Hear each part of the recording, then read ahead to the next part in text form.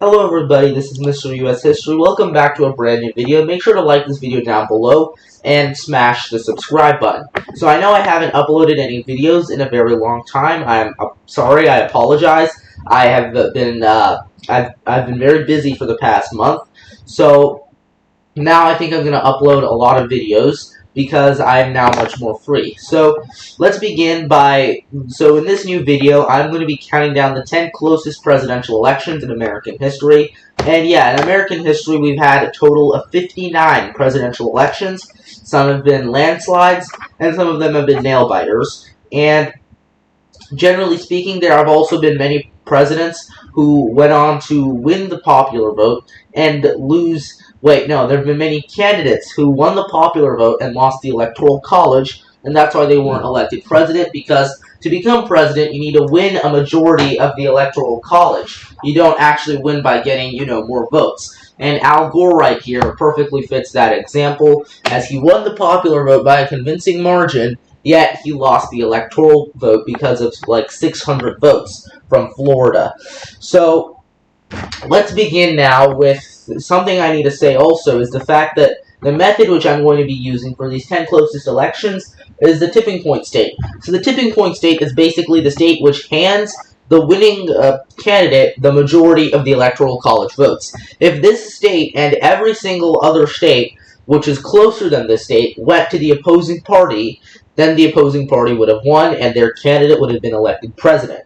So, as you can see, the state which has been the tipping point state the most in American history is the state of New York, which may be surprising considering New York is considered a solid blue state, even though it almost elected a Republican governor this last November in 2022, but back then it was considered a much, much more competitive state, and was actually one of the most contested states in American history. So, I'm also not going to be including any early elections because of the fact that somewhere around like half of the states did not use popular vote and instead used the state legislatures to choose how their electoral votes are going to go. And because of that, I cannot pick any early elections where like half the states chose to not use popular vote. So with that out of the way, let's get started with the 10th closest election, the election of 1888.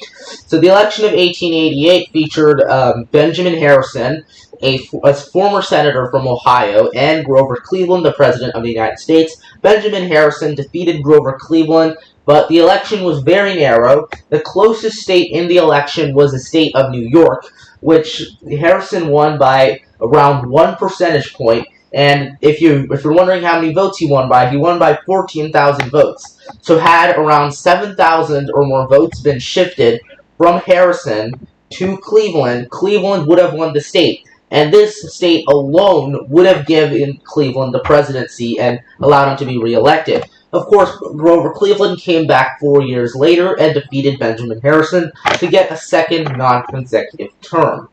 In the election of 1844, it featured that was actually an open presidential election, and in the election, James K. Polk, the former governor from Tennessee, defeated Henry Clay, who had long been a presidential candidate who kept running with the Whig Party. And the tipping point state was, again, the state of New York, which James Polk won by around a percentage point. And because of the fact that New York's population was much less in 1844 than it was in 1888, there would have been less voters, which is why Pierce Polk only won by around 5,000 votes. So that was a close election, and the next election is a very modern election, the election of 2016, which I'm pretty sure you all know. This was basically businessman Donald Trump versus former Secretary of State Hillary Clinton. So the election was very close, as you know.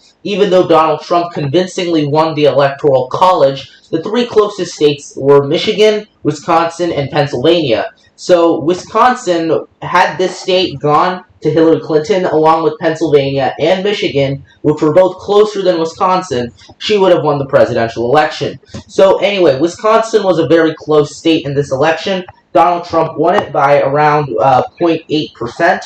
which was roughly 23,000 votes. And this gave Donald Trump the presidency, and he actually lost the popular vote in this election. And what do you know? Our next election is our most recent election, the election of 2020. So, in this election, Joe Biden won even more narrowly than Donald Trump did, even though he got the same number of electoral votes that Donald Trump did. Again, the state of Wisconsin was a tipping point state, and Joe Biden won it by a more narrow margin than Trump did 4 years ago. Biden won Wisconsin by just 21,000 votes. And despite this, though, Biden convincingly won the popular vote and was able to both win the popular vote and the electoral vote, unlike Trump.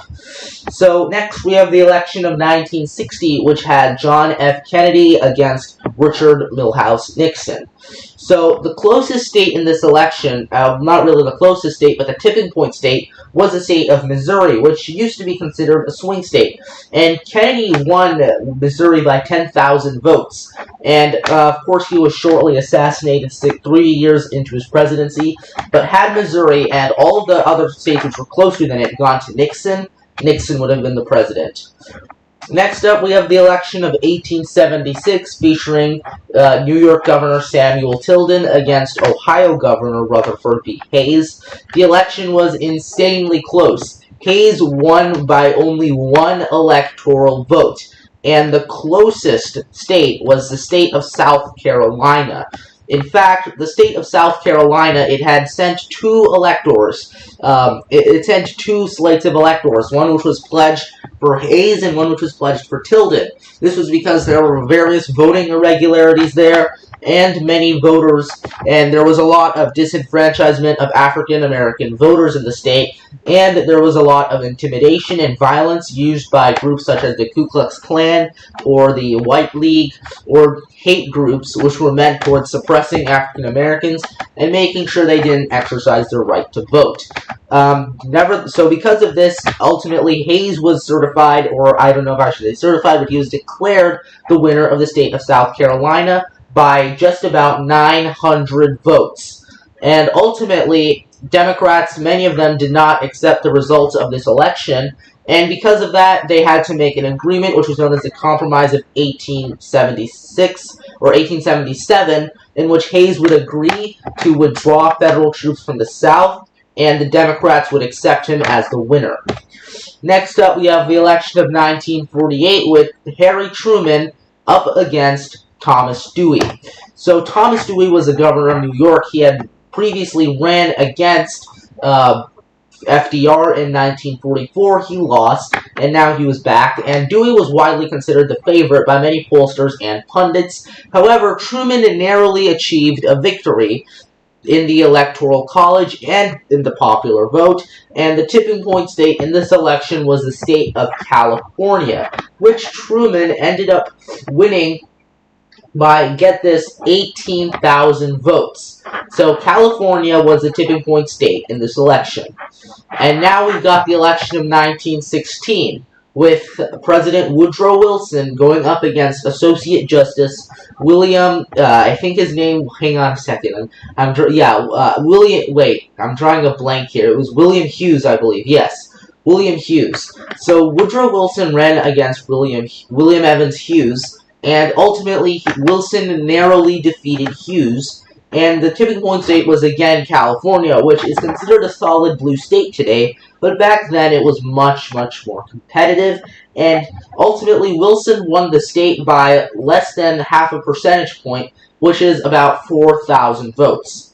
Next, we have the election of 1884, with Grover Cleveland going up against James Blaine. So this was a very bitter and contentious election, with Grover Cleveland being accused of having having an illegitimate child, and ultimately also Blaine was accused of corruption. And at the end of the day, the tipping point state in this election was New York, which Cleveland, and he was the governor from New York. He won it by about 1,000 votes, which is around 0.1%. And keep in mind that if Cleveland was not governor of New York, he likely would have lost this state and the presidency. But not to mention the fact that one of the things which really hurt Blaine was this statement made by one of the people in his campaign, where they accused the Democratic Party of being the party of rum, Romanism, and rebellion, which obviously got many Irish voters and Catholic voters mad and caused them to vote for Cleveland. So had Blaine just not made this one mistake, he would have won New York and the presidency. And next up, we have the closest presidential election in American history using the tipping point method, which is the election of 2000. This election was Al Gore, the Vice President of the United States, versus George W. Bush, the Governor of Texas. I'm pretty sure many of you watching this video have some strong feelings about this election.